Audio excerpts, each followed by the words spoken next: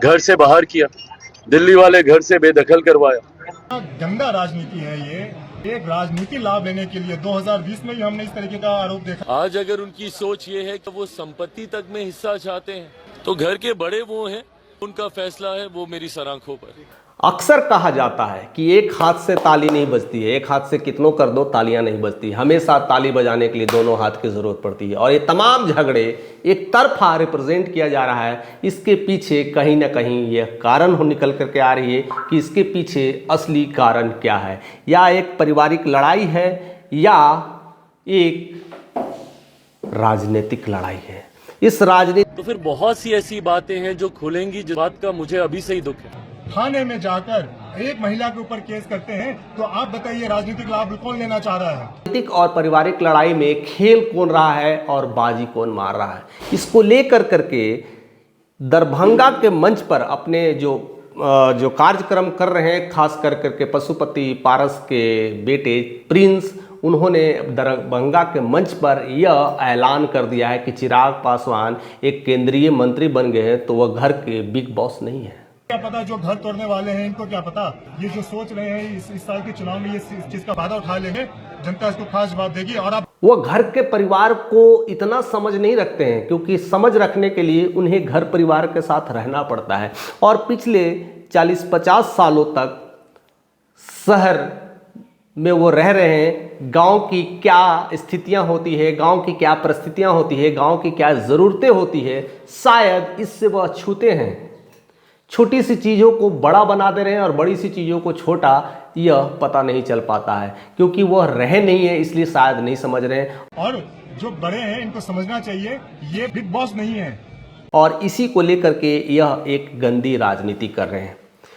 दूसरा जो सबसे बड़ा आरोप लगाया है प्रिंस ने, वो कहते हैं कि माँ का तबीयत खराब था। सही बात है, माँ का तबीयत खराब हुआ, आपस में पारिवारिक झमेला हुआ, कुछ खटपट हुआ, तबीयत खराब हो गई, स्ट्रिप्स लगाना पड़ा, ऑक्सीजन की कमी हुई, तो क्यों लोकल डॉक्टर से दिखाया जा रहा है? इतने बड़े नेता हैं, केंद्रीय मंत्री हैं, क्या उनको ये खबर मिल चुकी है कि उनकी माँ का तबीयत खराब है? पटना तक न्यूज़ फैल गया है कि भाई घर में झगड़ा हुआ है, अगर माँ का तबीयत खराब था तो आप डॉक्टर को लेके आते पटना से। लेकिन खगड़िया के शहर बिन्नी गांव में किसी लोग को यह खबर तक कहीं नहीं पता था कि हमारे घर में ऐसी लड़ाइयां हो रही है, लेकिन पटना तक ये न्यूज़ फैल गया है। और पटना से कौन कौन उनके आते हैं?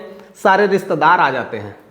अगर माँ का तबीयत खराब था डॉक्टर को लेके आते पटना से, पत्रकार साथियों को लेके नहीं आते। समय समय पर एक बेटे का जो फर्ज हो सकता है वो मैं निभाने का मैं प्रयास करता हूँ। और मिल करके केस दर्ज कर देते हैं, और जब भी आ रहे हैं तो पत्रकारों के साथ आ रहे हैं। अगर आना ही था तो डॉक्टर भी लेकर के आ जाते पटना से। पटना में डॉक्टर्स की टीम है, अच्छे इलाज की ज़रूरत है माँ को, यहाँ पर अच्छे पत्रकार की ज़रूरत नहीं थी। और अच्छे पत्रकार को ला करके और सामने ये सब दिखाना परिवार की यह कहीं ना कहीं अवहेलना ही है। और इस तरह से परिवार को मीडिया पे लाने का काम अगर कोई कर रहा है तो वह है चिराग पासवान। इस तरह से डायरेक्ट अटैक। इसलिए मैंने कहा कि हर चीज़ की दो पहलू होती है, हर सिक्के के दो रंग होते हैं, और उसको समझना होता है। हम एक ही रंग पर, एक ही मंच पर एक तरफ से अगर समझेंगे तो ना समझ में आएगा।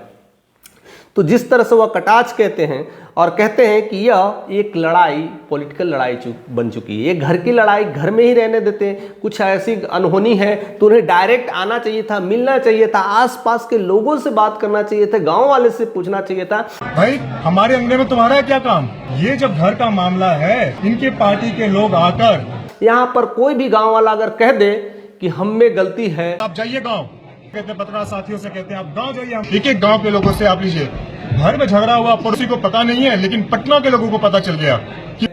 तो मैं यहीं से कहता हूं कि मैं सारी चीज़ों का अपने ऊपर आरोप ले लूँगा, लेकिन जानते तो कुछ है नहीं। बस भेज दिए मीडिया को, भेज दिए अपने पार्टी मेंबर्स को, भेज दिए अपने सांसदों को, और आपने खुद वहाँ बैठ करके संशोधन बिल पास कर रहे हैं। क्या चाहते हैं? ऐसे इतना दुर्भाग्य है, इतना गंदा राजनीति है ये करके चाहते क्या है? उन्होंने 2020 के आसपास 19 में ऐसी ही घटनाएं की थी। ये 2020 में किस तरीके से षड्यंत्र रचा गया या किस तरीके से नाटक किया गया, 5 साल बाद फिर से हम वही देख रहे हैं। क्या पता 2030 में ऐसा कुछ और हमें और देखने को मिल जाए। लेकिन यह काम करने के पीछे साजिश उन्हीं की थी, प्लानिंग उधर थी, क्योंकि ये सब माहौल क्रिएट कर करके एक नया क्रिएशंस बनाना चाह रहे थे। शायद अभी भी वो ऐसा ही खेल खेलने की कोशिश है, क्योंकि अलौली क्षेत्र कहीं ना कहीं विधानसभा का क्षेत्र उन्हें लगता है कि यह मेरे कब्जे में आ जाए, और उसको लेकर करके ये सब राजनीतिक दाव पेच लगाने की कोशिश कर रहे हैं। इससे साफ जाहिर होता है कि आपकी मंशा क्या है और आप क्या करना चाह रहे हैं, लेकिन यहाँ की जनता मूर्ख नहीं है। यह सिर्फ और सिर्फ राजनीतिक लाभ लेने का एक नया तरीका है, नया प्रोपगंडा है और नया सोच है।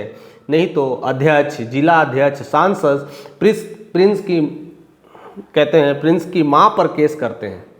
यानी उनको केस, जब ऐसा चीज़ें हुआ था, जब उनके हटाया गया था, उनके कपड़े फेंका गया था, घर में ताला लगाया गया था, जैसा कहा गया कि उनकी चाची ने सब सारा किया है। अरे झोला छाप डॉक्टर ने किया है उनका इलाज। इतना ही माँ से प्रेम है, इतना ही माँ से प्यार है। आप जब यहाँ आए तो आप यहाँ लेके चले जाते पटना में। तुरंत पटना लेके जाना चाहिए था, या तो अपने साथ रखना चाहिए था। यह लड़ाई पारिवारिक नहीं है। अगर पारिवारिक होता तो ये मीडिया में नहीं आता, क्योंकि ये घर परिवार का मामला है। घर परिवार में ऊंच नीच होती है और यह सब हरकतें को लेकर के हम मीडिया तक नहीं पहुंचते हैं। और ऐसे में जिस तरीके से माँ के साथ ये किया गया, एक बेटा तो कम से कम बर्दाश्त नहीं करेगा। दुख होता है, तकलीफ होती है, और तब ज़्यादा होती है जब आपके अपने ये करते हैं। और सारा खेल अब मीडिया पे आ चुका है, और पहली बार घर की लड़ाई अब मीडिया की लड़ाई हो चुकी है। अब घर के सारे फैसले मीडिया ले रहे हैं, और मीडिया बता रहे हैं कि हमें कैसे रहना है, क्या रहना है, घर परिवार संपत्ति सब कुछ का जायजा, ये सब सारे कुछ ऐसा किया जा रहा है।